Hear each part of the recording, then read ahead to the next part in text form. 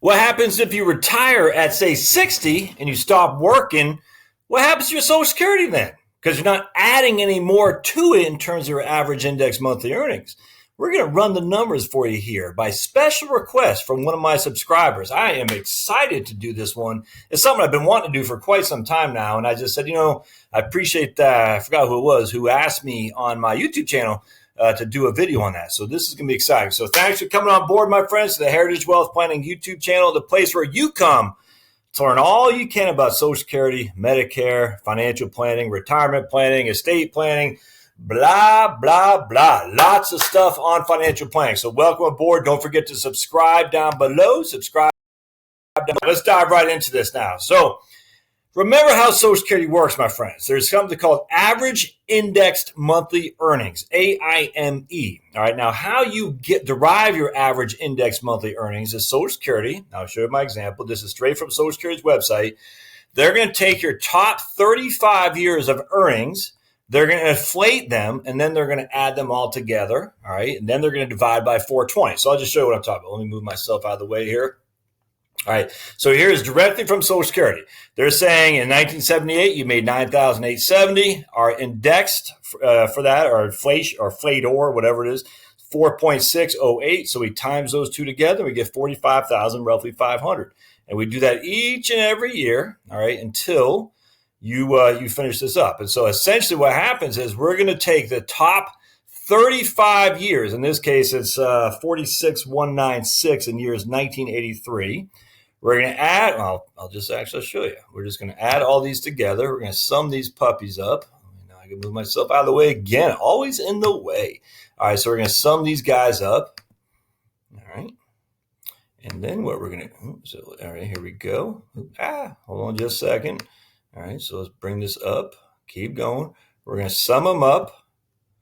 All right there. Krakow. And then we're going to come down. And we're going to come down. And there we go. So we get 1,705,059 is not our average index monthly earnings. It's our average index total earnings. And they don't say this, but AITE, I guess what you'd say. All right, so then we take this number and we divide by 420 because 35 years times 12 is 420. And 420. And that will give us an AIME. Oh, what happened? I did a formula wrong. Oops, instead of a question mark, I need to do a there. Did I get it right? Yeah. All right, so now we're going to have our AIME of 4,059. That's going to be our average index monthly earnings. Okay, so again, we take your how much you made in 1978, 1979. We have an inflator, an index, if you will, that Social Security tells us. We already know what it is. Times that by that, and that gives us that. We do that for every single year you worked, and then we take your top 35, we add them together, and then we divide by 420, and that's your AIME. Now, just remember, your AIME is absolutely not your retirement benefit. That's your PIA, your primary insurance amount. So your PIA is a portion of your AIME. All right, so that doesn't give us this right here is not what we're going to have for Social Security benefit. It's not. All right, so now. Well, while I'm yapping on it, I'll tell you exactly. I don't have my trusty calc. Yeah, I do. Hold on just a second. So in this case, we have an AIME of $4,059. We'll just say $4,060. We take the first $895 and we come over here. First $895, and that gives us $805. And then we take, $4,060 minus $895, and we take the next $3,165, and that gives us $1,012 because we times that by 32%. So the first $895 we times by 90%. The next amount of money we times by 32%. If we had any more, if we had above $5,397, we times that by 15.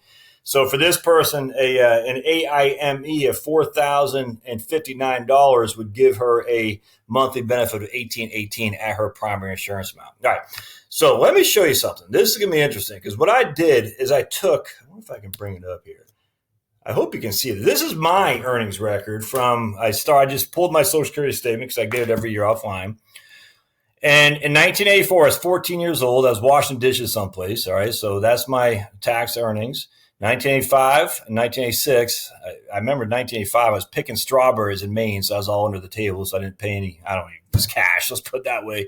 I didn't pay any Social Security, didn't pay any Social Security. 1987, I was washing dishes and cooking crabs, and then I did that into 1988, and then I went in the Army. All right, so this is my high school years, essentially, when I was, basically doing grunt work, newspaper. I mean, I've always worked. Anything I can do to get money, I've always done. I've enjoyed it. Well, I've enjoyed it, but I like having a little bit of money. In 1988, I did, like I said, still working crab house, cooking crabs for people, which is a good job. And I enjoyed it, but obviously that's $3,000 ain't much. But then in 1989, I went in the Army. So in 1989, I had earnings of $7,800. 1990, still in the Army. 1991, still in the Army. And then February 92, I got out of the Army and I started working at UPS. I started going down I did all kinds of jobs while I was in college. Actually, I started college in August of 92.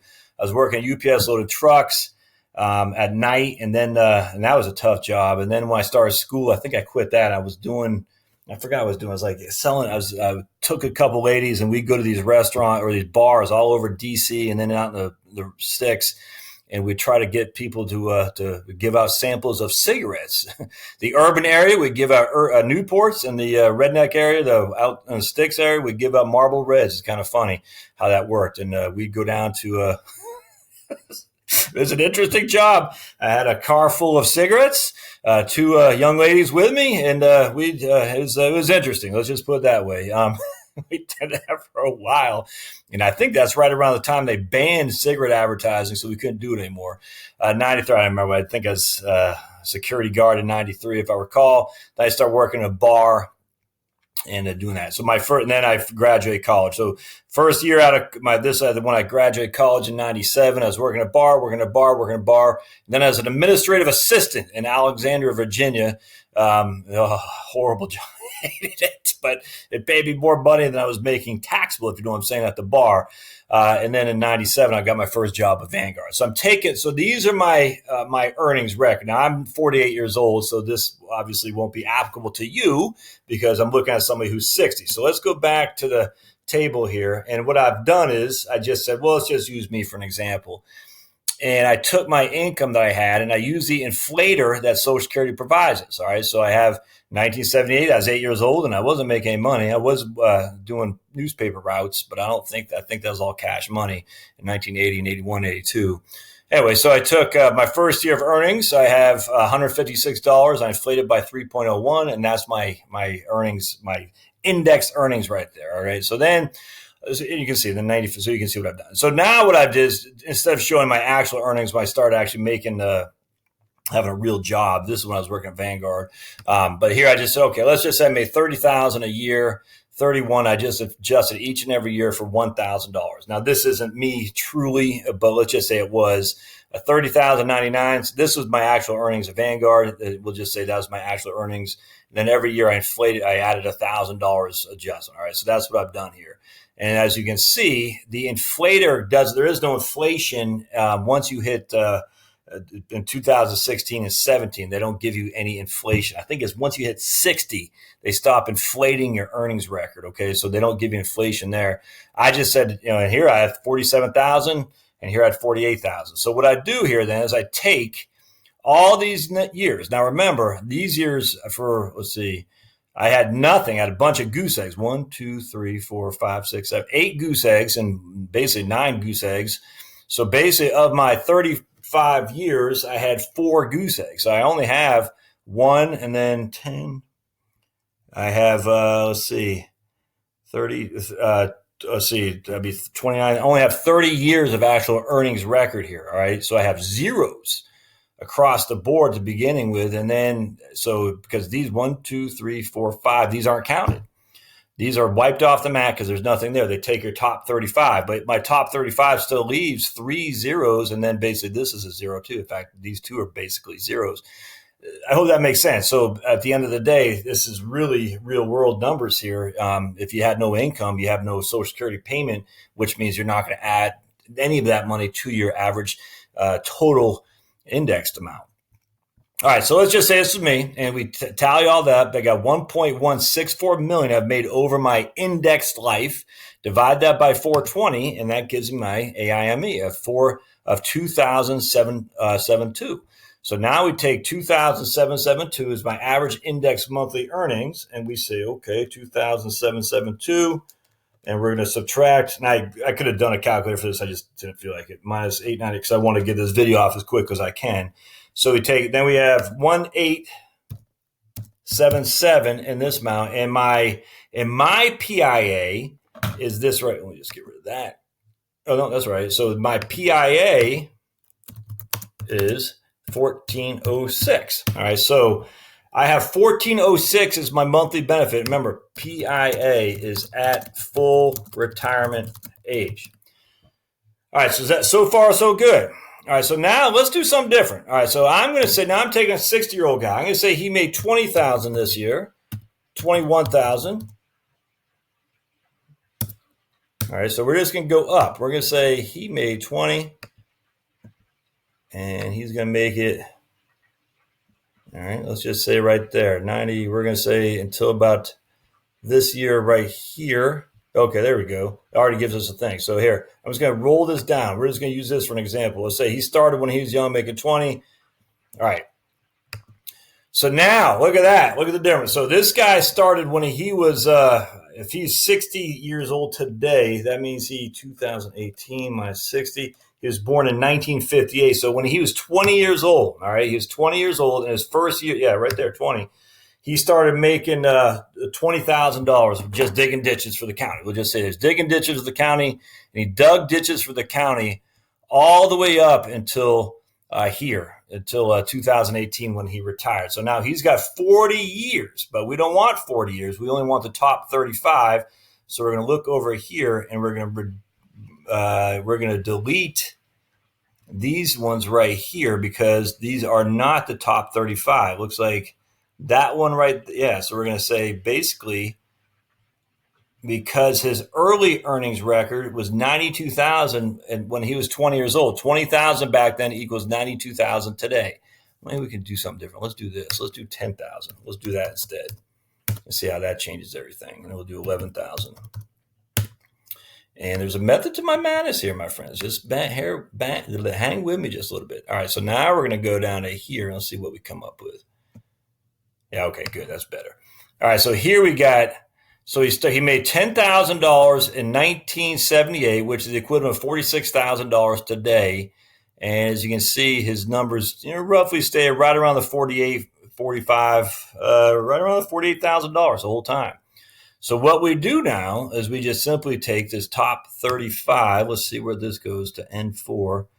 And we want to take this. We're just going to take, for simplicity, we're just going to take the last 5 years. All right, so we're going to sum all these guys. Watch, just bear with me just a second.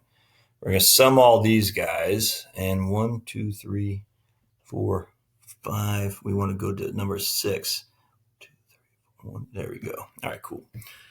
I think that's it. So we're going to take, let's just make sure that's right, to N45, and we want to go. All right, 1, 2, 3, 4. Okay, good. All right, so we took the last 35 years essentially of his working life. All right, and so now his total index earnings is $1,736, which gives him an AIME of 4135. We go down here. We simply take 4134. Subtract 895, and that leaves this right here at 3239. All right, and so that gives us 3239. That gives us a PIA of 1841 because we take the first 895, we times it by 90%, it gives us 8055. We take the next amount up until 5,500 or something like that, which he doesn't have, and we times that by 32%, which gives us 1036. And so his PIA here is 1841. And again, the PIA is the amount he takes at full retirement age. We'll just say 66. All right, so far so good. Now let's do this though. I'm going to give you a little bit of I'm going to throw you a curveball here. You ready? So we're going to say he made 2,500 his first year, 2,800 his next year. I keep doing that. 3,000 his next year. And then we'll say 3,500 this year. And then is that 5 years? No, then 4,000 this year. Okay. Now, so what we've done here, that won't change anything, all right? Because we basically said instead of making 20,000 or 10,000 when he was right out of high school digging ditches for the county, maybe he's waiting table or something, made 2,500, which is the equivalent of 11,000 this year. Maybe he's going to college, something like that. It doesn't matter because these numbers are well below what his top 35 are. So these won't be included at all, not at all. Hope that makes sense because these numbers, even though he made it, are just wiped off the mat. He did not, that does not go into his AIME simply because they only take the top 35 years. So the 11,000 is well below essentially his average, which is roughly 48,000. Not going to use that. But watch. All right. So now we go down. Everything should be the same. It is. Everything's the same as it was before because we don't use those 5 years that because of his lowest years. Now watch though. All right. So what we're going to do now is we're going to say he's 60. And so we're going to say, that's 66. So we're going to say 60, or we're going to say his last 5 years, he didn't make anything. All right, watch this. It's going to change everything. Oops, that's a 0. I meant to put a 0 there. All right, there we go. So that changes everything. So the last 5 years, 1, 2, 3, 4, 5, he didn't make anything. In fact, we can even say here, because 6 years. All right, so we're going to say he made nothing for his last 6 years because he's 60 years old now. He's retiring. And that means from 60, 61, 2, 3, 4, 5, 6 to 66, 6 years, he has no contributions to put in Social Security. So these numbers right here are going to go to 0. But what that does mean is we got to add these numbers in there. Right? So now we got to change this whole thing around because now we got to replace these zeros with these numbers right here. All right. So now now watch. Before we do that though, let's just say he made no money. Let's just say we're not even using those numbers.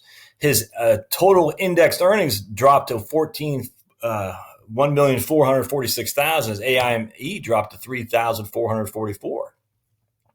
So now what we do is we take 3,444.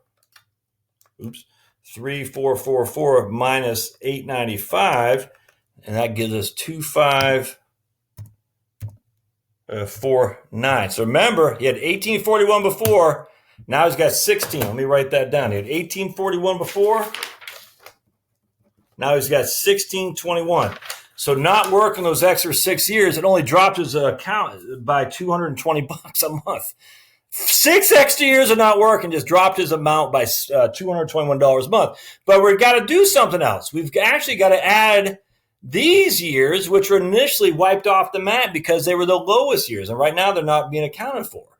So now what we're going to do is we're going to come back here. We're going to take this guy, crack out there, and we're going to sum this entirety to gain those extra 5 years. And listen, I have no idea what's going to show. It'd be interesting to find out. So that's why I'm excited to do this. All right. So now we have 1,507 or 1.5 million is his total indexed earnings and an AIME of 3,589. So we take 3,589 minus 895, 2,694 here. So basic next are $150. I can tell you it's going to be $32 a month different. 694. And that would be, 1667. So as you can tell, not a huge difference for those years of earnings that didn't happen when he's 60 to 66. I'm just curious. Let's say though, we'll say the last 5 years he made, we'll say 100,000. All right, we'll say 102. 102, 105. 105. Let's just see what this looks like. 110. And then 112. All right. So again, now he's making pretty good money the last few years. He got promoted supervisor or something like that. And that's not going to work because that's about right. That's about right. That's about right. So we're just going to say it might be a little bit too high, but it won't be much. It won't be a huge amount. This might not be exact to the dollar amount. That might be a little bit too high there. And let's just say this. We'll say 102. We'll just keep saying 100, 103. 104 and then 105. Yeah, it's probably closer to being right. That might be a couple bucks too high, but I don't know. All right, so now we're saying at the end of the day, again, he started with his waiting tables. He got a job at the county digging ditches, blah, blah, blah. And then he was promoted supervisor here. So his last 5 years, he made over six figures, which when he indexed is pretty good money. And then he said, I'm done with this. I got my pension. I'm retiring at 60 years old, so I got nothing right here. So now his total index earnings is $1870, $1.87 million. His AIME is 4453. So now we say 4453 minus 895. 3558 is what goes here. 3558. And that gives us a PIA of 1944. And that's how it works. So to retire these last few years doesn't really, you're talking about a difference in a couple $100 a month. That's it. It's real money. Don't get me wrong. A couple $100 a month on your AIME or your PIA, your primary insurance amount that you get at your full retirement age. Now, let's just say he kept working these last couple of years. We'll show you the difference. This work will show you a big deal. We'll say 106, and we'll just kind of go down here. Watch this. Boink. And we're going to come down here. And now look at that. Just those extra couple of years. So basically what we've done, wait. We've got to wipe out those 5 at the beginning of his career. So we just got to sum these guys up to when he was right there. All right, there we go. We got to wipe out those last 5. So his PI, his total indexed earnings is basically 2.5 million. His AIME is 5919. So now we're actually going to get into the threshold down here, 59. So we take 5919 minus 895, 5024. What does it been right here? 5. No, okay, we don't go there. So he's still right here. All right, so 5024. 024. And so now he's got a PIA of 2413. So that's a big difference there. So my friends, this is where it comes to retiring at 60. If that's the peak earnings that you have, you might not want to do it. Now, if you have a pension or something, that's different. Because a pension, we're talking a difference between 5. Let's just say if you retire, let's say this guy's name's Mike. So Mike says, look, Josh, I'm thinking about retiring at 60. And I'm not going to work the next 6 years. I'm going to draw my Social Security at my full retirement age at 66. And I said, Mike, how much you make? And he says, well, 106, 107, 108. And I said, yeah, that could add a lot of money to your Social Security if you were to keep working there. But then he says, but I got a pension that's going to pay me $3,000 a month. And so I said, okay. So now you got a pension that's going to kick in at $3,000 a month. And by you retiring, you're only going to lose $500 a month in Social Security. And that's the money that you're not going to get until you're 66 anyway, and you don't have to work in some crappy old job or whatever, or back-breaking, digging ditches.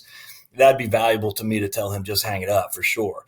Now, if he says, I don't have a pension, and I don't mind my job so much, I'd probably say, yeah, you probably ought to keep at it because that extra $500 a month could go a long, long way to your security in retirement.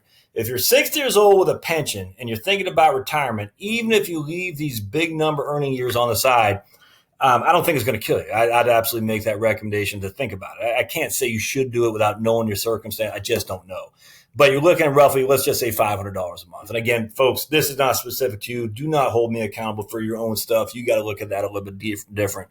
But you're looking at $500 a month in this circumstance I just ran. That's again 6 years later. You're not getting this money until you're 66 anyway. If you get it now, it's going to be well reducible, well below this PIA amount.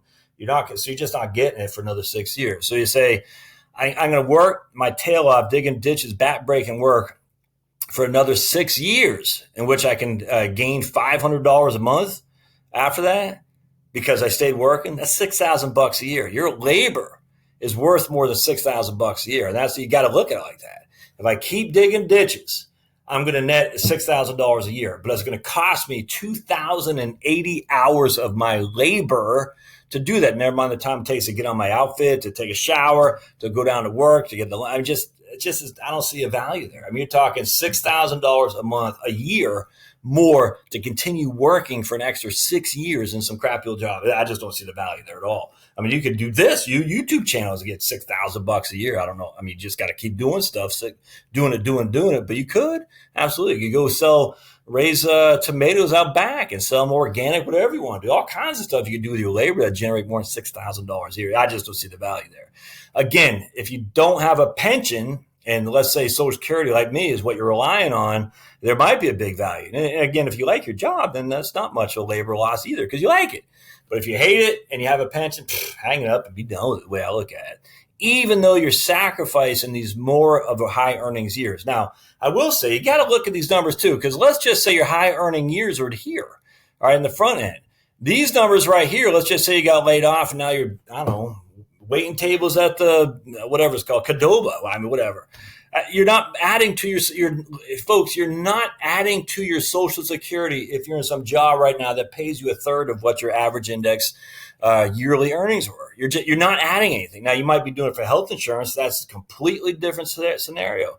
But if you're working in a job that pays you well less than what your average years were, and you just look at them, you just run the numbers, see what they are, then you should stop because you're not adding to your Social Security benefits. So say, I'm going to work until I'm 66 so I can add to my Social Security benefits. It doesn't work like that.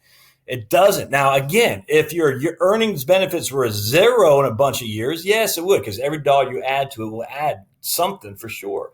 So if, like I showed you in another video, like, my wife stays home, so she has a bunch of zeros in here. Every year she works will add to it, but is it going to add enough to make it worth the time and effort? I don't know. You'd have to make that decision on your own. But, for someone to say, I got to work to add to my Social Security, and then we look and his top 35 earning years are X and he's only making Y, which is significantly lower than X, he is not adding to his numbers. He's not. It's not there.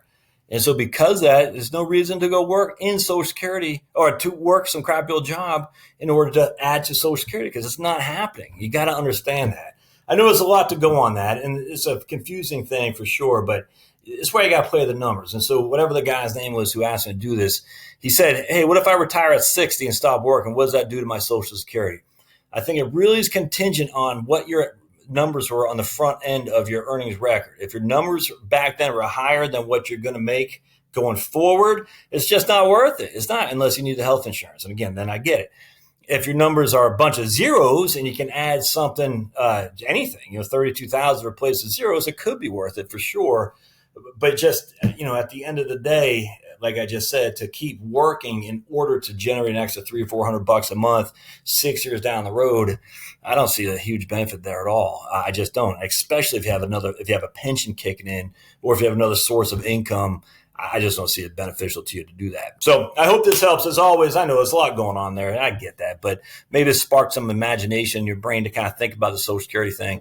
Do look at your statement. I cannot stress that enough. You have to look at your statement so you can see what it looks like. Now, as you can see, they did not index my earnings on my record. They won't on yours either, where you got to go onto the statement from Social Security, the website, and use this right here, which gives you the inflator that they have, and then just times that by what you currently have. And I just do a quick spreadsheet just like this. If I were you, I'd absolutely do this. Kind of start playing the numbers without question.